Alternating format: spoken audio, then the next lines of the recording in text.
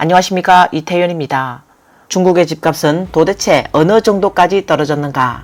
2024년 7월 7일 X 플랫폼 네티즌 화화베이가 글을 올렸습니다.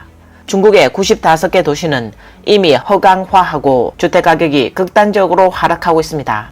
이제 수십만 위안으로 바디야 전기차는 살 수 없겠지만 집 한 채는 살 수 있습니다.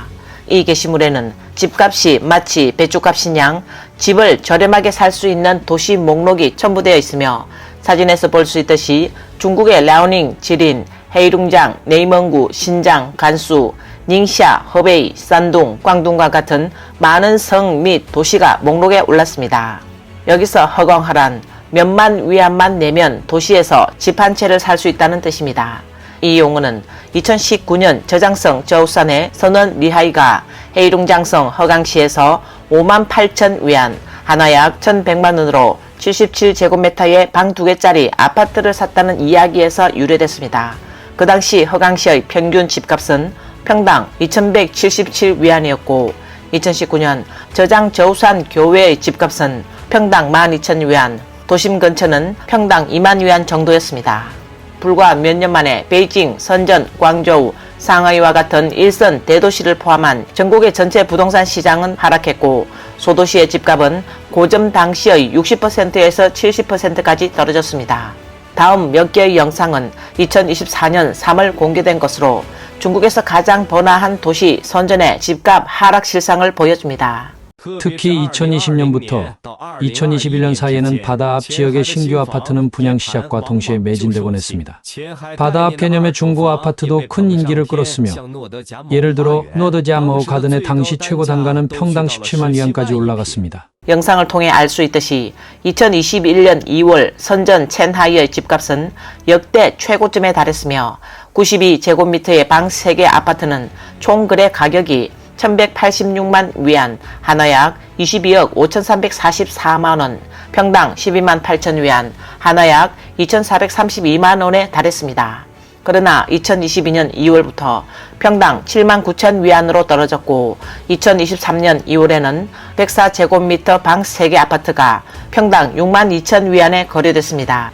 이후 2023년 6월에는 93평형 아파트 한 채의 거래 단가가 평당 5만 4,400 위안으로 떨어졌습니다. 11월에는 105제곱미터의 방 3개 아파트가 평당 4만 9천 위안, 하나 약 778만원까지 떨어졌습니다. 그러나 2024년에 이르러서도 하락세는 멈추지 않았습니다. 최신 거래에 따르면 새로운 거래 주택의 단가는 평당 4.78만 위안까지 계속 하락했습니다. 이 동영상에서 네티즌은 최근 몇 년 동안 선전 집값의 막대한 하락폭을 요약한 결과 선전의 일부 단지가 2년 사이 무려 70% 폭락한 것을 발견했습니다. 이 네티즌은 선전에서 가장 집값이 많이 떨어진 5개 단지를 정리했습니다. 月亮湾花园21年2月份成交单价12万8 23年8月份成交单价5万2跌幅 59.12%。 네티즌은 이어 4위 로후동문 168번지 2021년 1월 평당 거래는 15만 위안, 2023년 7월 평당 거래는 6만 위안, 하락폭 59.4%. 3위 푸텐 8괴령 숙소 2021년 2월 평당 거래 15만 5천 위안, 2023년 9월 평당 거래 6만 위안, 하락폭 60%. 2위 로후 시페이 화롱위안 가든 2021년 2월 평당 거래 15만 1천 위안, 2023년 평당 거래 4만 9천 위안으로 67.24% 하락했습니다. 冠军得主平山燕子湖迎富鲁家园2021年4月成交单价5万6 2023年11月份成交单价1万6跌幅 71.19%。 이 네티즌이 정리한 선전의 집값 하락폭은 정말 충격적입니다. 다음 영상은 한 부동산 중개업자의 소감입니다. 今年深圳的房子是真的不好卖，之前好多单价卖8万9万的房子，现在才卖5、6万。像香蜜湖、罗湖水贝周边、龙岗、布吉那些地方都是法拍房的一个重灾区。 이 중개인은 시세 7, 800만 위안인 푸텐 주택의 법정 경매 가격은 4, 500 위안부터 시작할 수 있다며 집값은 불과 1년 만에 평균 약 20% 하락했다고 말했습니다. 이자율까지 포함하면 이전에 샀던 집보다 최소 30% 이상 적습니다. 많은 선전집 소유자들은 집을 팔고 싶어 하지만 헐값에 팔고 싶어 하지 않습니다. 버틸 수 있는 사람은 버티고 버틸 수 없는 사람은 은행에 의해 경매로 넘어갑니다. 중개인은 자신의 SNS에 시세보다 20-30% 낮은 가격에 매물을 올리고 있습니다. 예를 들면 푸텐 셔샤이에 있는 한 집은 시세가 700만 위안인데 경매 시작 가격이 560만 위안입니다. 또 다른 예로는 난산 선전 대학 근처에 있는 한 집은 시세가 850만 위안인데 경매 시작 가격이 390만 위안입니다. 이를 통해 선전의 집값이 얼마나 하락했는지를 알 수 있습니다. 이것이 최악의 경우는 아닙니다. 2024년 6월 우리 단지 집값이 39만 위안까지 떨어졌습니다. 인터넷에 모주 텐진 우층에 와서 저와 이웃이 되어주세요 라는 글이 화제가 됐습니다. 이 글은 텐진의 한 아파트 단지에서 83제곱미터의 방 2개 아파트가 집값이 최고치였을 때는 160만 위안이 넘었으나 이제는 같은 아파트가 39만 위안에 거래되고 있으며 가격을 내려도 팔기 어렵다고 합니다. 사실 2024년 2월부터 중국 네티즌들은 중국에서 집값이 가장 많이 떨어진 곳이 어디인지 논쟁을 벌이기 시작했습니다. 2024년 2월 15일 네티즌 회의에저 찡쿤 시에치우가 글을 올렸습니다. 여러분은 집값이 가장 많이 떨어진 곳이 어딘지 아시나요? 최근 한 스트리머가 글을 올렸습니다. 난징 근처 바오화라는 곳은 2019년 집값이 평당 13,000 위안이었는데 지금은 7,000 위안이라며 여기가 집값이 가장 많이 떨어진 곳이라고 하자 열띤 토론이 시작됐습니다.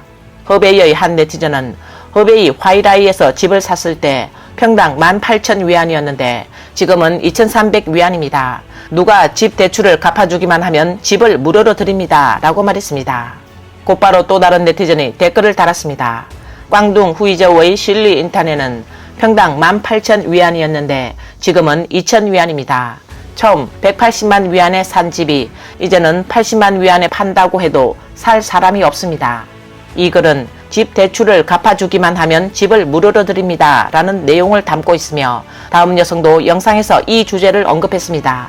2023년 5월 한 여성이 영상을 올렸습니다. 愿意替我还房贷，我就把房子送给他。你没有听错，因为就在昨天我已经断供了。 이 여성은 2022년에 부모님께서 모신 30년 저축을 다 써서 베이징 북구의 대형 아파트를 샀습니다. 총 가격은 289만 위안이며 초기 대출금은 89만 위안입니다.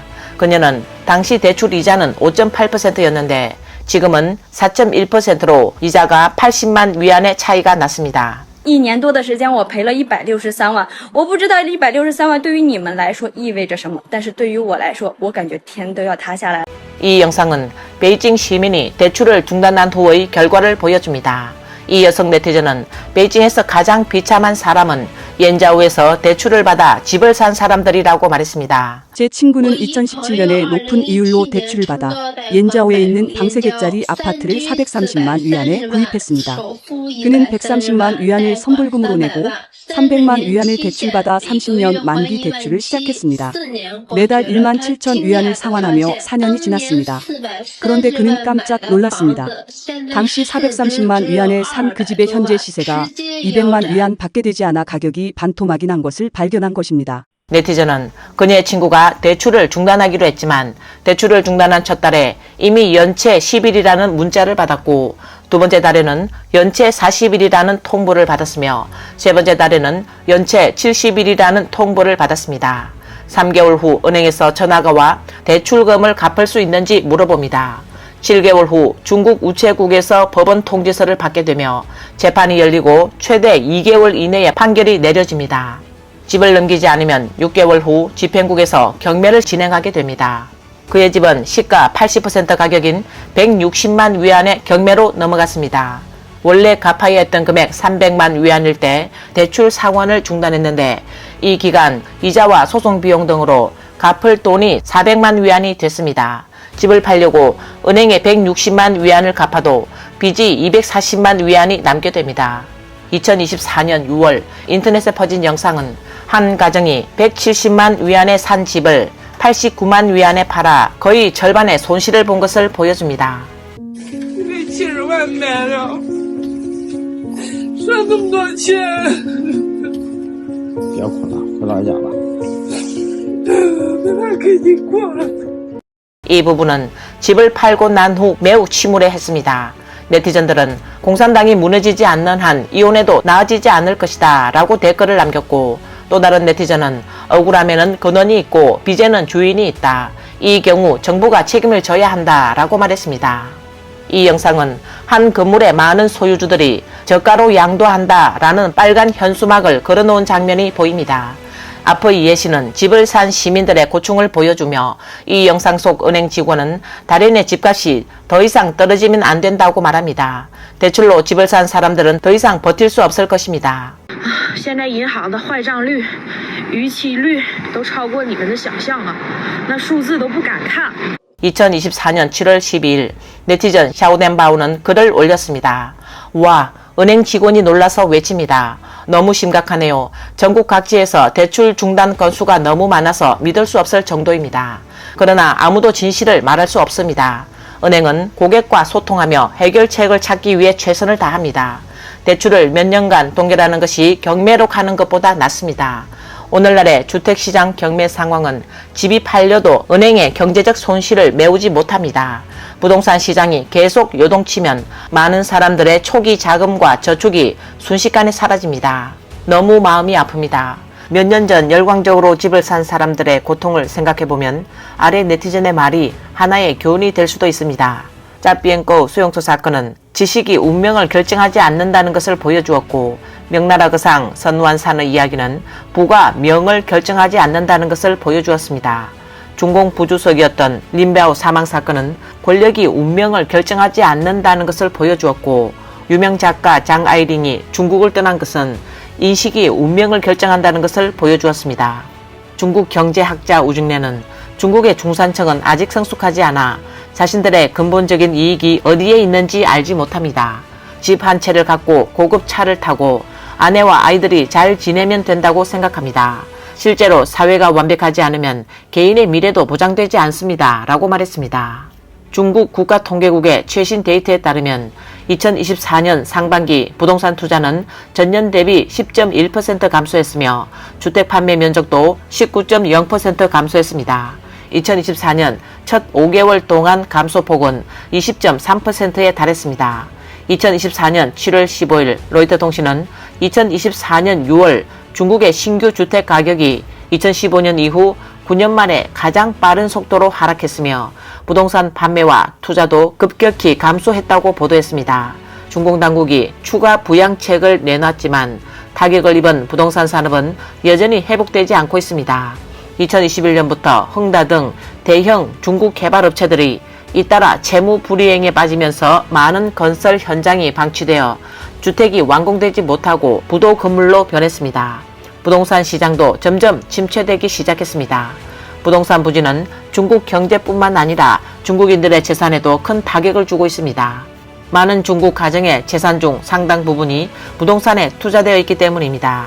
지난 몇 년 동안 부동산은 중국 경제의 주요 걸림돌이 되어 왔습니다. 중국의 집값이 얼마나 더 떨어져야 바닥을 칠 수 있을까요? 2024년 6월 베이징대 경제학 교수 야오양은 여름 다보스 포럼에 참석해 중국 언론과의 인터뷰에서 집값이 40% 하락해야 중국 시장이 정상화될 수 있다라고 말했습니다. 그러나 중앙경제연구원 왕꼬천 연구원은 중국 학자들이 40% 하락한다고 말하지만 실제로는 그 정도로 떨어지기 전 올해 말쯤 금융위기가 올 것입니다. 라고 말했습니다.